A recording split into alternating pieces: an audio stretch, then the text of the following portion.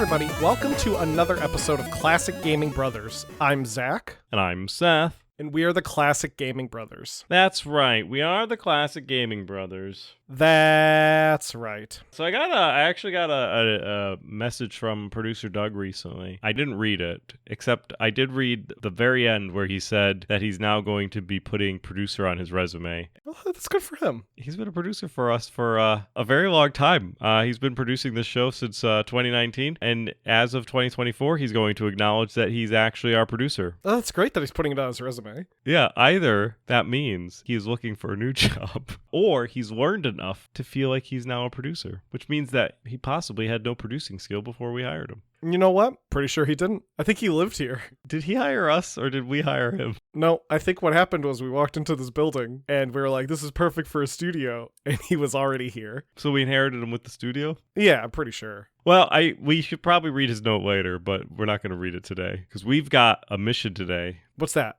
To do the episode. The mission from God. Sure, yeah. Or at least a mission from our listener, Sean. Oh, yeah. This is a listener request. I don't know if Sean has any God complexes, but decidedly it is a mission from Sean. So before we get into Sean's mission, if we choose to accept it, I'm going to tell you what I've been recently playing. Sure, please do. Recently, I've been playing Mullet Mad Jack, which is a single-player, fast-paced FPS that brings you into like a classic anime, at least the art style and all of that. And then it has a very interesting plot. So it was originally developed by Hammer 95 and published by Eponia Games, and it came out back in May of this year, May 15th, 2024. So there was a demo situation going on with Steam called the Endless Replayability Fest, which was going on till May 20th, and where there were some demos available, and one of the top demos in the whole situation was Mullet Mad Jack. And it is, as described, a single-player first-person shooter where you play as a character who gets brought into a live stream gunfighting game, and you are injected with dopamine and likes from the stream watchers, the watchers of the live stream, and they keep you alive, and you need it every 15 seconds, and if you don't get it, you die. That's the way it is. Yeah, so you're essentially holding like a timer in one hand and a gun or a weapon in the other hand, and you have to go through, and in order to add time to your timer, you have to kill people. And if you kill a lot of people, you can add a lot of timer, and then if you drink soda, it also adds timer, like it adds life back to you. And your character, they have some sort of life, but really the life is all about that timer. So as you add the timer back, your character can continue to keep fighting and going. It's a very simple interface. It's got a left click will stab or shoot or whatever is your primary weapon. You start off with a pistol, and you can buy upgrades throughout each of the levels. The first upgrade I got was a shotgun, and then I got, for my second upgrade, a sword that I could throw at people, and it would ricochet, kind of like Captain America's shield if it was a samurai sword. And then you right click, you can kick people, and if you get enough power-ups type deal,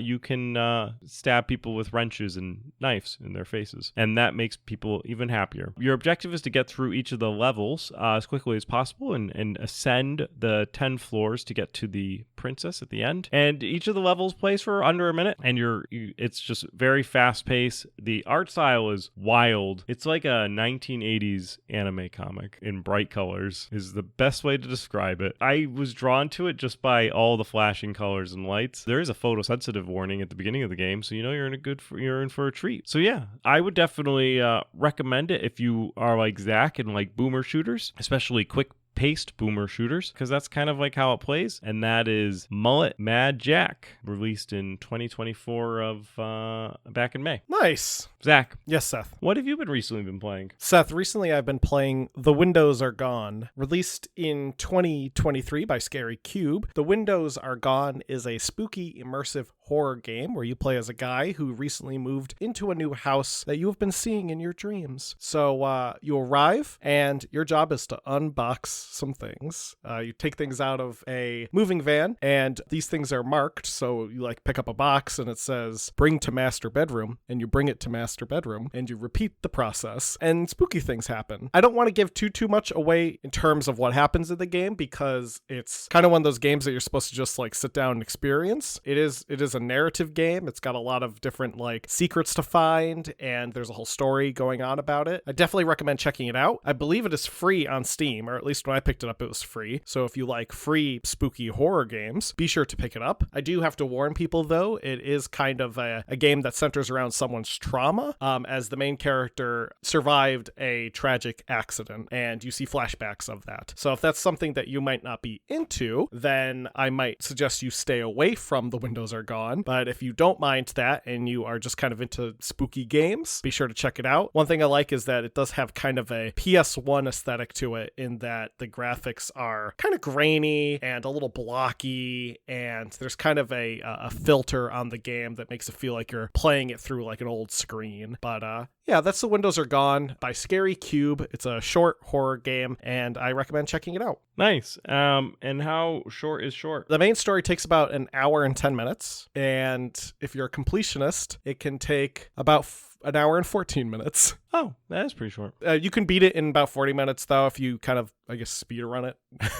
So you can sprint. So if you want to like sprint around the house while you're doing stuff, then maybe you can probably beat it faster than the hour and 14 minutes. There is some extras in the game, so that can obviously make your game go a little longer. But yeah, it's about an hour long. So Zach, why don't you tell me about what the listener request was? Yeah, so a listener of the show, Sean, suggested that we talk about Simpsons games. So we're going to do just that. We're going to talk about a bunch of Simpsons games. We're not going to talk about all of them because there is a lot of them. But we're going to talk about a bunch of the main ones, at least the ones that were released on console and that people might remember. I haven't heard of this cartoon. You haven't heard of a little show called The Simpsons? Is that the Fox, the Channel 6? That's right. It is on. No, it's on Disney Plus, actually. Oh, that's right. It used to be on the Channel 6. It used to be on the Channel 6, but we were never allowed to watch The Simpsons growing up. We weren't. I also think it's funny that and you don't even have it in the notes why we weren't allowed to watch The Simpsons. Oh, I figured we could talk about that. Oh yeah, I think that's fun. Our father, who was on the show back in episode 25 of the Classic Gaming Archive, there would allow us to watch shows. We were able to watch shows like Rocko's Modern Life. Eventually, when Family Guy came out, we were able to watch Family Guy. But our dad always hated The Simpsons. And the reason why he didn't like The Simpsons versus shows like Rocko's Modern Life or other type of shows that were, like maybe more gross oriented or more mature, our dad didn't want us to watch The Simpsons because The Simpsons showed a dysfunctional family. And he just didn't want to have us watch a dysfunctional family. Yeah, which doesn't make sense because we watched other shows with dysfunctional families. Hey Arnold, for example, had dysfunctional families. Hey Arnold had a dysfunctional family. The Rugrats had a dysfunctional family. Yeah. Because most of those parents are either going to do drugs or drinking. Oh, yeah. And they're clearly not watching their toddlers. Doug, I feel like Doug actually is a pretty normal family. I think Doug has like the opposite of a dysfunctional family. I think Doug has the opposite of like a dysfunctional life. He's pretty boring. Well, that's why he daydreams all the time. Yeah. Because he is pretty boring. But yeah, Doug is highly functional. Well, in terms of The Simpsons, I don't know about Seth, but I did end up watching some of The Simpsons later in life.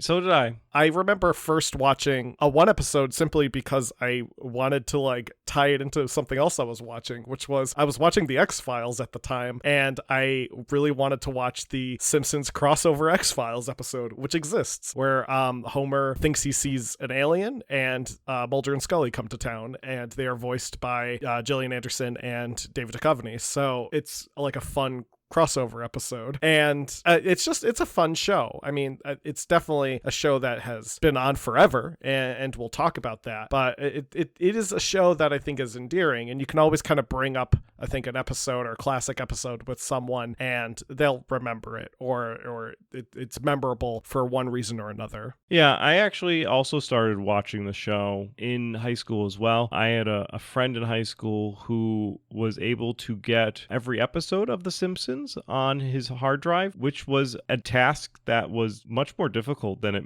sounds. like it is, because we're talking about mid-2000s, give or take, where there was no streaming services and cable TV was still like the main source of TV. And so like getting every episode in a digital format to watch on your computer wasn't quite a task, especially since at that time I think The Simpsons were like 14 or 17 seasons deep or something like that. Yeah, for sure. If a person was ethical, they would buy it on DVD because that's what the format would have been at the time. But you could watch it on your computer if you get a digital version of it, which were mostly DVD rips because that's how kind of digital piracy kind of entered the medium. And so one of my goals was that I wanted to watch all of The Simpsons, and I watched a good portion of probably the first couple of seasons, and then, well, there's a lot of Simpsons, and my attention span is small. To talk about why there's so much Simpsons, let's talk a bit about the history. So for those who don't know, if you have been living under a rock or you're completely unfamiliar with the concept of The Simpsons got its start in 1987 when a producer for The Tracy Ullman Show decided to incorporate some animated sketches into the program. The idea was that these sketches would happen just before or just after commercial breaks of the program itself. James Brooks, the producer in question, received a gift of an original comic by artist Matt Groening called The Los Angeles Way of Death, which was part of a series that Groening had produced called Life in Hell. Brooks decided to reach out to Groening and ask him if he was interested in adapting Life in Hell, but Groening passed as he was worried about publication rights. Another producer, Richard Sakei, suggested to Groening that he could develop another set of characters that could be original to Fox, and then Groening wouldn't have to deal with licensing out from some other company. Groening liked this idea, so he came up with the idea of a dysfunctional family that he called The Simpsons. This family consisted of the patriarch of the family, Homer, his wife, Marge, their eldest son, Bart, their middle daughter, Lisa, and the youngest daughter, Maggie. According to Groening in later years, when he has been asked about how he came up with these characters, he's admitted to the fact that he rushed, and he was apparently literally sitting outside of the pitch meeting and sketching and like coming up with names. And he ended up picking names of his own family members, with the one exception being Bart, who was him. So he substituted a name that wasn't Matt, and he chose Bart because it was an anagram of brat. In the deal with Fox, Groening would end up retaining a large portion of revenue from merchandising, which sounds very similar to the deal that Fox made with George Lucas. So methinks Fox was just really bad at long-term goal setting if they were making these deals and being like, we get full rights, but you can have all the licensing stuff. In terms of the actual development of the show, production of the sketches for the Tracy Ullman Show were done by Klasky Csupo, a Los Angeles-based animation studio that would later go on to produce shows like Rugrats and Ah, Real Monsters and other shows for Nickelodeon. Klasky Csupo at the time offered incredibly good deals on production and also offered to add color into the sketches at the same cost of them doing it in black and white. Groening would provide some sketches of the characters, assuming that the Klasky Csupo team would clean them up, but instead the characters were traced, and it gave a very distinctive appearance of the family in these early sketches. They look like they are traced characters. They're very like sloppily drawn. Now, the first short, Good Night, would air on April 19th, 1987 in season 1, episode 1 of The Tracy Ullman Show. The story features the family saying goodnight to each other, although the parents inadvertently scare the children and then no one can sleep. The shorts would continue until 1989, when in December of that year, Fox would adapt the shorts into a half-hour series, which is still airing to this day. Despite some controversy that the show had, especially with a young character that is known for his misbehavior, there was something that sprung up in the near immediate aftermath of the show's production, and that was something called Bart Mania. Basically, everyone became really obsessed with Bart in either one way or another. There was bootleg merchandise of Bart being produced, there was unlicensed like artwork being shown in museums, parents were calling out Fox and saying that Bart was a bad role model. People were just obsessed with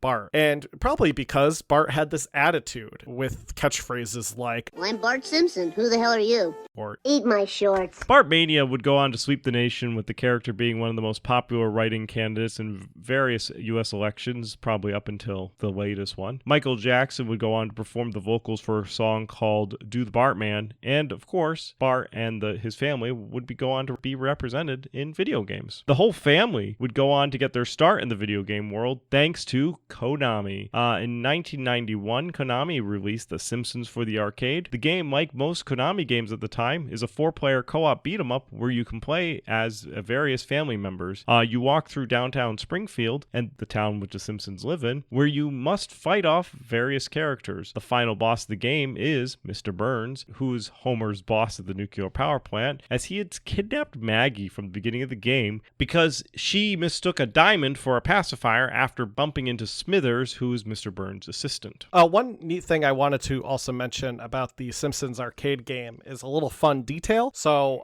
sometimes Marge will pull off her hair and reveal bunny ears underneath. And this was actually supposed to be something that happened in the show, but never happened. And it was just a fun little reference that they kept in the game that is pretty much now solely to the game. Yeah, and I wonder if at one point in time they were told about that reference, because they'd have to get their inspiration from somebody. Or someone had to sign off on it. Yeah, exactly. So it's like making a Star Wars character that just never appears in a Star Wars because you were given information that became obsolete. I also do really like this series of Konami games. Teenage Mutant Ninja Turtles, X-Men, and The Simpsons were like the holy trifecta of arcade games, and you knew if you saw them, even today, you're in for a good time. They have a Simpsons arcade game operating today at the Versus Bar in Boston that Zach and I will go to during PAX, which is all free play. So if you're looking for one, there's one there. I'm sure they're spread throughout the world. I think actually there's a bar in Providence that is called the Shelter Arcade, and they have a Simpsons arcade cabinet as well. A lot of fun. They always draw a lot of people because they're really well done games. Now, after that arcade debut, the Simpsons would then make their jump to the home console with the release of Bart vs. the Space Mutant in 1991. The game was developed by Imagineering and published by Acclaim, and it was released on the NES, Sega Genesis, the Master System, Game Gear, and also ported to various home computers at the time. The game was developed by Gary Kitchen, who is the same Gary Kitchen who developed Gary Kitchen's Super Battle Tank War in the Gulf. Or as you like to call it, Gary's Kitchen. I actually had Zach play the game back in some previous episode, and you know that Gary Kitchen developed it because his name's in the title. You don't know that he developed Bart versus Space Mutant because his name is not in the title. And that is one of the reasons that he put his name in the title of games. Now, Acclaim had approached Kitchen fairly early on to develop the game, reportedly approaching him before the first episode had even aired, and asked him to begin work on developing a game in time for Christmas that would tie into the show, because that's how you make money in toys. They, however, would go on to miss their deadline, and the game would eventually go on to be released in 1991. The game is a platformer where you play as Bart, and the plot is a parody of the horror film They Live, in that Bart gets a pair of sunglasses that allows him to see aliens that are disguised as humans. It's your job to stop them by going through 5 different levels and collecting objects that are certain color. Red, right? So like one level's red objects, one level's purple objects, and so on. If Bart dies, which he will, he'll say, Eat my shorts. You have access to various weapons like rockets and cherry bombs, and you can ride a skateboard, and you get to explore various parts of the town of Springfield. Those parts are like Springfield Mall, Krusty Land Amusement Park, and the power plant. It's, to be fair, a tough game. It is a tough game. That a lot of people don't even make it out of the first level. It's tough, and it's not a forgiving game. You can get soft locked in the game. Also, doesn't really tell you, or it's not clear, because you're supposed to be able to spray paint things to change them the colors. It's not necessarily clear what you can spray paint, and sometimes it's not really clear how you could spray paint something. It's not just a platformer. It does have a puzzle aspect, and that puzzling part is the part that brings a lot of frustration with this game. Ultimately, if you were to look at the arcade Simpsons game and the Bart versus the Space Mutants, ultimately the Simpsons arcade game would win out as a better game. Like, you will have a better time per hour that you're playing versus playing Bart versus the Space Mutant. However, Bart versus the Space Mutant has a very nostalgic place in my heart because it was one of the few games that some random person that I would visit had on their game system, and I would play it a lot. So I like it because it was one of the few games that I could play while visiting some random person, but it's not a good game, like, empirically. Right, yeah, no, not at all. Now, another game also by Imagineering and also released in 1991 was the game Bart vs. the World. There might be a theme. Like the last game, it was released on the NES, the Master System, and the Game Gear, and ported to various home computers. The game has some similarities to the first game, which means it might be a little frustrating. But this time, instead of exploring parts of Springfield, this game you get to visit parts of the world like China, Egypt, Hollywood, and the North Pole. 2 of those were countries. One's a city, and another is just a geographical location. In Bart vs. the World, pits you against a member of Mr. Burns' family, such as Fu Manchu Burns, Ramsey Burns, and the Abominable Snow Burns. I'm guessing Fu Manchu Burns is in the China level, Ramsey Burns is in the Egyptian level, and the Abominable Snow Burns is in the Hollywood level. Or probably the North Pole. Probably North Pole. Now, the plot follows Bart joining a scavenger hunt being put on by the Krusty the Clown show and not knowing that the game has also been rigged by Mr. Burns. So one thing I think is interesting about a lot of these games is they make Mr. Burns out to be the bad guy, which, like, Mr. Burns is definitely not a good person in the Simpsons cartoon. But, like, in this game, he wants to, like, destroy the Simpsons. I don't know that much about the Simpsons, like, in the old days, but I'm pretty sure Mr. Burns was never out there trying to murder the Simpsons. Sideshow Bob was trying to murder Bart, but, like, I'm pretty sure Mr. Burns is just a bad boss, like, in terms of, like, being a greedy jerk. Like, I don't think he's, like, actively trying to get rid of the Simpsons. He employs Homer. Like, if he wanted to get rid of someone, he could fire them. To be honest, I feel like he gives Homer a lot of slack. And also a pretty good pay, because Homer owns a house and Marge does not work. Now, does he? I just get so confused. And maybe we're not the best 2 people to be talking about The Simpsons and people who actually are fans with the show. And I know for a fact our fan of the show, John, who has written into us a bunch of times, he is a big fan of The Simpsons. I feel like he's yelling at the radio right now. My question is back to Mr. Burns. And John, feel free to write to us and tell us how stupid we are. Does he own the power plant? I think he does. Are people allowed to just single-handedly own a power plant? Like, he owns the electrical grid. According to, I just Googled, does Mr. Burns own the power plant? And it says he is the wealthy owner of the Springfield nuclear power plant. Can people do that in real life? I don't know. I don't think nuclear power plants tend to be privately owned. Yeah, like, I feel like that's not a thing. Like, there's a Reddit article that says, how does Mr. Burns, a private citizen, own a nuclear power plant? And someone responded, he's a billionaire. But I don't even know if we would give, like, Jeff Bezos a nuclear power plant. Yeah, all right, that's good. I'm glad that other people had that question and it wasn't that stupid of me. Anyway, Acclaim kept churning out NES games. Although their next game would not go to Imagineering, it would go to Audiogenic, who made the game Krusty's Funhouse, which was released in 1992. Audiogenic at the time was a small studio that was working on an original game called Rat Trap, which would have involved a pink-haired child guiding rats around a stage toward a machine by placing blocks like in front of the rats so that they would go toward the machine and the machine would kill the rats. Rat Trap would release in 1991 for the Atari ST, Commodore 64, and Amiga computers. Sometime after the release of Rat Trap, the idea came to rework the game as a Simpsons title. The redesigned version would be called Krusty's Funhouse and feature Krusty the Clown in place of the main character. The game was released on the NES, Game Boy, Master System, Game Gear, Genesis, and SNES. The 16-bit versions are called Krusty's Super Funhouse and reportedly were ported by a single programmer named Douglas Hare, where he, according to an interview with the magazine Retro Gamer, would just add Simpsons references to Rat Trap. So he just, like, swapped an asset, print. If you thought Acclaim was done, boy howdy do we have a surprise for you, because they released another game in 1992 called Bart's Nightmare for the Super Nintendo and Sega Genesis. The game was developed by Sculptured Software. The game's main designer, Bill Williams, reportedly felt so frustrated by the development of the game that he left the video game industry after Bart's Nightmare was completed and never worked in the game industry again. He also passed away only a few years later. He actually, though, called it Bill's Nightmare while working on the game. Sounds like a guy I would have got along with.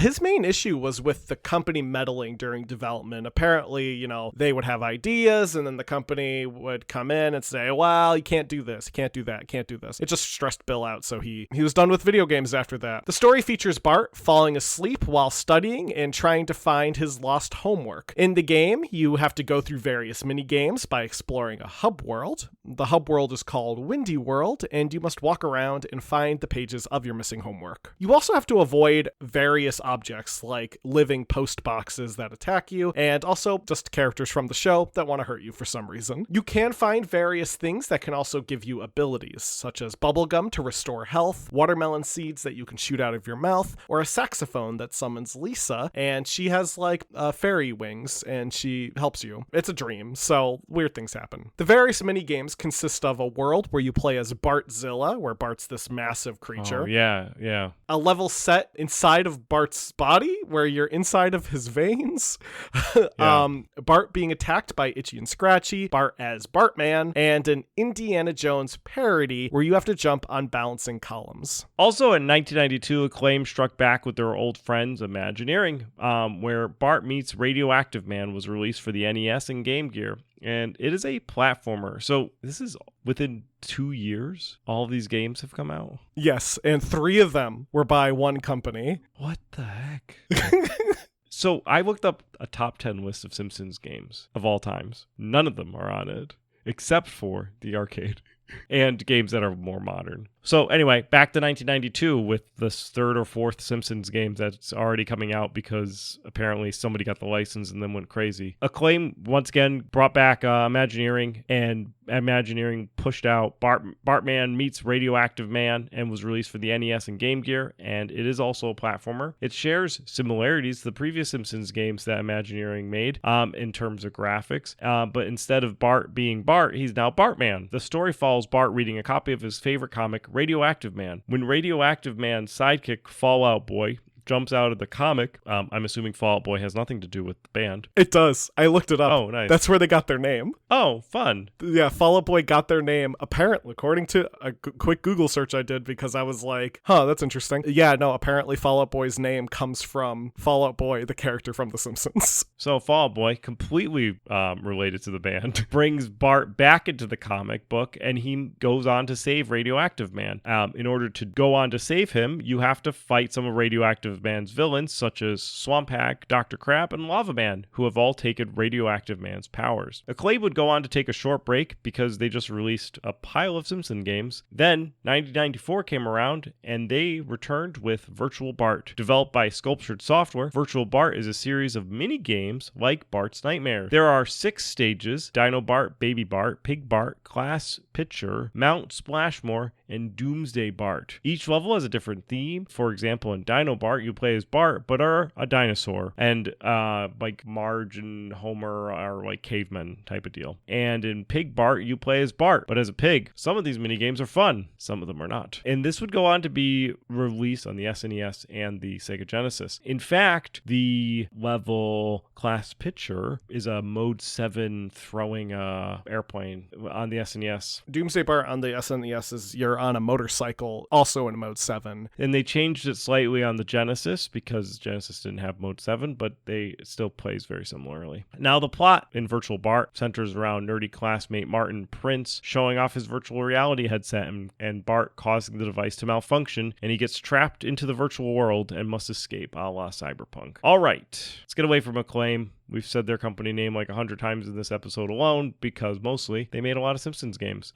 Simpsons games expanded beyond the world of console games, and plenty of handheld and PC titles were also released. Acclaim handled pretty much all of the handheld versions, but a few different other companies worked on the games that came out for the PC. One of these companies was Fox Interactive, who released the game Virtual Springfield in 1997. Developed by Digital Evolution, Virtual Springfield is an adventure game where you explore a 3D simulation of Springfield. You get to visit Moe's Tavern, Springfield Elementary School, the Simpsons house, and other places. You can also interact with characters like Principal Skinner and Ned. The game primarily involves you collecting character cards by doing various minigames, unlocking hidden areas, and so on and so forth. As the new millennium began, so did a new era of games for our favorite family from Springfield. One of these games would be 2001's Road Rage, developed by Radical Entertainment. It's a 3D drive driving game where you are responsible for driving around various characters from the show to locations in Springfield. And you have to do this within a time frame, getting a better score the faster you do so. Now, while you're driving around, you got this big arrow above you pointing you in the direction you need to go. There's some catchy music playing.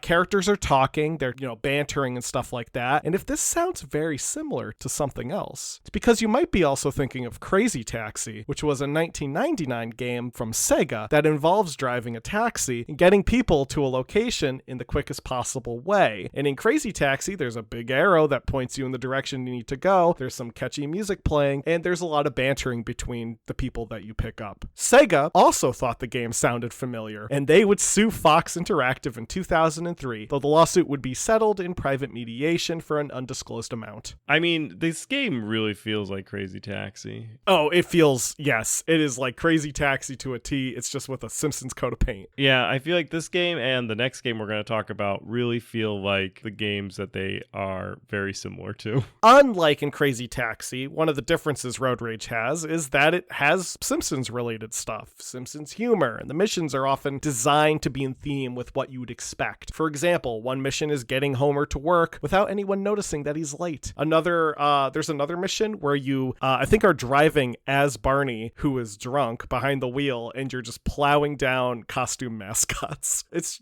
Simpsons stuff. There's also unlockable cars. You can drive the family sedan, Bart's soapbox racer, Grandpa's Shriner car, a tractor if you're playing as Groundskeeper Willie, or Reverend Lovejoy's book-burning mobile, and so on. I'm pretty sure they have really funny quips between themselves, however they loop. So if you love this game and you play it a lot, get prepared to hear a lot of the same things. A spiritual successor to Road Rage, called Hit and Run, was released in 2003. It was also developed by Radical Entertainment and published by Vivendi Universal Games. Instead of stealing from Sega, Radical went a different route, and they stole from Rockstar because Hit and Run is basically GTA with a Simpsons paint all over it. It literally just feels like GTA. You're running around in this big open world. You can steal cars, you get weapons, you can basically beat up anyone you want. You get money. There's missions. There's a lot of banter between the characters. There's a lot of side missions. Now, it might feel like it's ripping off GTA. I will say Hit and Run is very fun. It's a very good game. It took all the fun things about GTA and it made it feel like Simpsons. And also, I'm pretty sure Radical was pretty open about the fact that they were inspired by GTA when developing this game. And it was more of like they wanted to go the direction that GTA had rather than just copying a formula. The game's development actually began after the release of Road Rage, when the team at Radical Entertainment decided they wanted to go in a different direction. One thing they wanted to do was to make the traffic's artificial intelligence to be slightly better than it was in Road Rage. And they also wanted the game to have a variety of gameplay instead of just driving. So they focused on building out this world and all of the side missions that you can do. The script of the game would also be rather large, with over 12,231 recorded lines, all being done by the original voice cast of The Simpsons. Tin Ramage, the game's producer, ended up commenting at one point that, quote unquote, you're getting the best there is, when he was talking about his experience with the cast. So it was a pretty positive experience for them working on this game. Hit and Run would not be the last Simpsons game. Actually, officially, I believe the last console Simpsons game is Lego Dimensions. Lego Dimensions, released in 2015, I believe is the last console game that features The Simpsons as playable characters. The last game to be released on consoles that is dedicated to The Simpsons was The Simpsons game, released back in 2007, which was, I believe, a tie-in with The Simpsons movie. It's not based on The Simpsons movie, it's just they released it around the same time. And I think that's fun. I like the fact that the last Simpsons game was almost 20 years ago at this point. I mean, it was 2007, it's 2024 now, so it's getting up there. But yeah, there's been other Simpsons games, obviously, but they've mostly been put on mobile. So, for example, Tapped Out was a game that was pretty popular for a while, but it's like a freemium iOS game where you tap on stuff and you build cities and stuff. But yeah, that's a good, I think, summary of some of the Simpsons games that are out there. It's not all of them, and if we missed one that you love, let us know. Before we jump into the numbers, I just wanted to say that the Simpsons Arcade would go on to get a re-release on a few different consoles. The one on the iOS, though, it's a different game. It's more smoothly animated, and it's actually a pretty high quality like remaster of the game versus just releasing the same game onto different consoles. And also there is something with the Simpsons games where they were also released on various different consoles, different games. So like Simpsons Hit and Run was released on the consoles, but it was also released on like the Game Boy Advance, and it plays very differently, and it's a different game. So I think there's that kind of, it's interesting. There's a lot of Simpsons games on a lot of different consoles throughout the years, and some of them are the same game but different. Now, to go on to talk about the numbers, we do have sales numbers for some of the games. We don't necessarily have sales numbers for all of them, mostly because some of the information was harder to get, and also because we're lazy. The Simpsons arcade game, however, was incredibly popular, with thousands of units ordered by arcades after it was released in 1991. It was awarded the Platinum Award from the American Amusement Machine Association, marking it as one of the top 3 best-selling arcade units of all of 1991.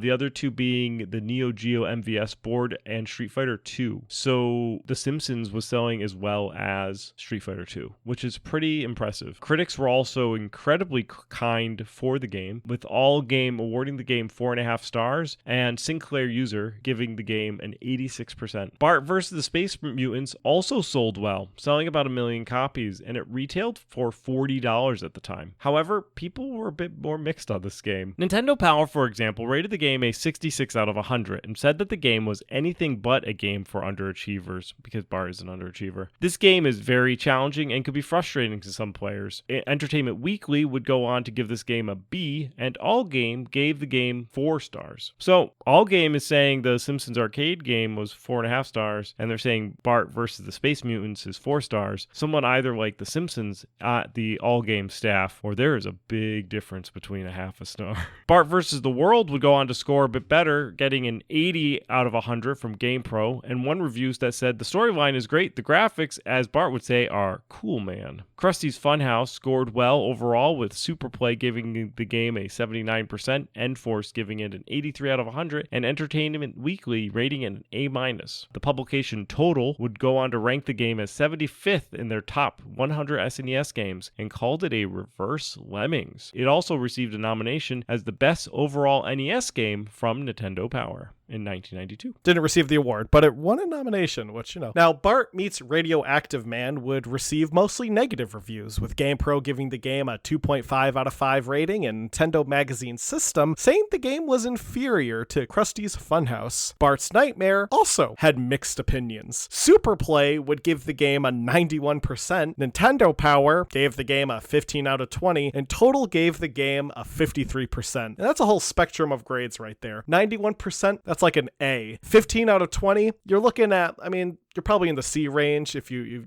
actually do the math there, but that's not terrible. That's like, you know, just 5 points off. 53%, that's failing. That is a whole mess for one game. And Virtual Bart, also mediocre reviews. 39 out of 100 from Total, and a B+ from Electronic Games. Virtual Springfield, surprisingly, some mediocre reviews. Some people called it somewhat tedious, and Allgame gave the game 3 out of 5 stars. Simpsons Road Rage would sell really well, about 3 million copies in total, and earned the game about $41 million in the US, at one point being the 25th highest selling game for the PS2. It, however, scored mediocre reviews. GameSpy gave the game a 39% for the PS2 version, though 67% for the GameCube version. And GamePro would give the game 2.5 stars out of 5. Hit and Run probably fared the best out of the lot. It sold around 8 to 10 million units in total, and it also scored really well, getting 4 out of 5 stars from GamePro, 8.3 out of 10 from GameSpot, and 4.5 out of 5 stars from Allgame. And yeah, I mean, that's just, I think, a thing with the Simpsons games. So many of them got churned out at once. I am not surprised the reviews are all over the place. But when you have a company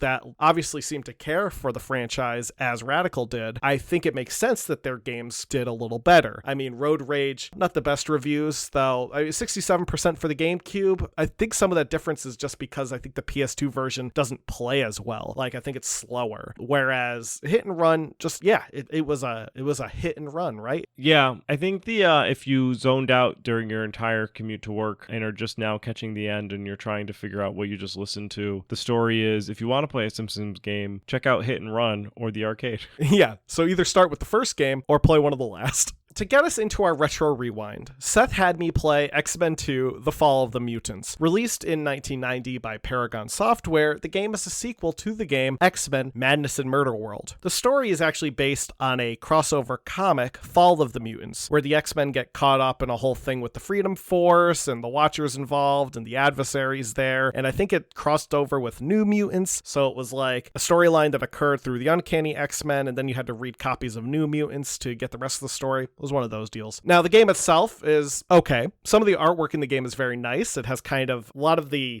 still artwork that you get when you like start the game is very nice. Oh, probably like very like classic 90s X-Men, right? Very classic 90s X-Men, yeah. But when you're actually playing the game, the overall gameplay artwork is kind of ugly. You can't really tell who the characters are. 90s X-Men still has the Claremont and Bob McCoy type of styling that was established with Giant Size X-Men back in 75 because Claremont and Bob McCoy were still involved. So you still have that type of art style. In regards to the comics for the 90s, I think it really depends on how nostalgic you are for that time period. They're pretty controversial. Like the later 90s run is some of the bigger storylines like Operation Zero Tolerance and Onslaught and stuff. But yeah, I think there's some controversy. There's definitely controversy. The 90s are really, especially like starting in 91, the X-Men is when they had so many X-Men that they split the teams into two different entire comic lines because they had X-Men Gold and they had X-Men Blue, and you had to collect two different series of X-Men. And there was, I think, a third series that was going on at the same time. It's just a lot of stuff. But I think that's also X-Men in its entirety. Yeah, well, anyway, the game itself, not great. In the game, you walk around with your X-Men from a top-down perspective, and then you go into these 2D segments where I don't want to say you beat people up. Basically, what happens is your X-Men's on one side of the screen, and then the enemy's on the other side of the screen. The enemy walks slowly to you, and you press a bunch of buttons, and then sometimes the enemy dies. And it's like these random encounters you'd get in an RPG, but I think you're just using your mutant ability, and it like insta-kills some of them, and sometimes you have to do more than one attack. It's weird. It's just, does the game hold up? No, I don't think so. Next week, Seth, you can play Blades of Steel for the NES. Thanks. Last week, Zach had me play Star Wars for the MS-DOS, originally developed by Atari for the arcade in 1983, but would go on to get ported to various different consoles, including the PC, specifically MS-DOS, by Broderbund back in 1988. The game plays using 3D color vector graphics, so a bunch of lines making shapes, and you fly through as an X-Wing, plagued through 3 different levels. First, you fly around blasting TIE fighters, then you fly across the Death Star through on top of the surface of it, then you fly through the trench and you blow it up, and then when you're done, you do it all over again and again and again. Now, during the 80s, this game was awesome. It had a really cool arcade cabinet. The ports to the various different consoles were great, bringing that arcade cabinet into your home. It's a fun, solid game. It came out in 88 and now it's 2024 and I feel like my bones are old. This game feels like its bones are old. So I think the game holds up. However, it is ultimately 3 stages that you play on repeat. The game does change up a little bit and gets more difficult, but it's still 3 stages on repeat. So I think if you expect that and that's what you want to experience, I think the game holds up because like it's a vector graphics, so it still looks good and it's smooth. Like the gameplay is fun. So yeah, I think it does hold up with that caveat that it's a game from 88, specifically ported from a game from 83. Next week, Zach, you could play X-Men by Konami, the 92 beat-em-up game. Well, thank you everyone for listening. Sean, I hope you liked the episode and us talking about the Simpsons games. And John, I hope if you're listening and we said a bunch of stuff wrong, you sent us an email to correct us. If anyone has any memories of any of the Simpsons games, including ones we didn't talk about, send us an email to classicgamingbrothers@gmail.com. We're available on Facebook, Classic Gaming Brothers, Instagram, Classic Gaming Brothers, X, CG Brothers Pod, Blue Sky, CG Brothers Pod. We're also available on Threads, Classic Gaming Brothers. We're available wherever podcasts can be found, be it Podbean, iHeartRadio, or YouTube. And of course, you can always go to our website, classicgamingbrothers.com, and listen to our episodes right in our lounge. We're going to be at Too Many Games in a few weeks. So if you're going to be at Too Many Games, be sure to reach out to us, and I'm sure you'll hear us talk more about it as we get closer. Seth, am I forgetting anything? Don't play games like my brother. And don't play games like my brother. I've been Seth. And I've been Zach. And we've been the Classic Gaming Brothers. That's right. That's right.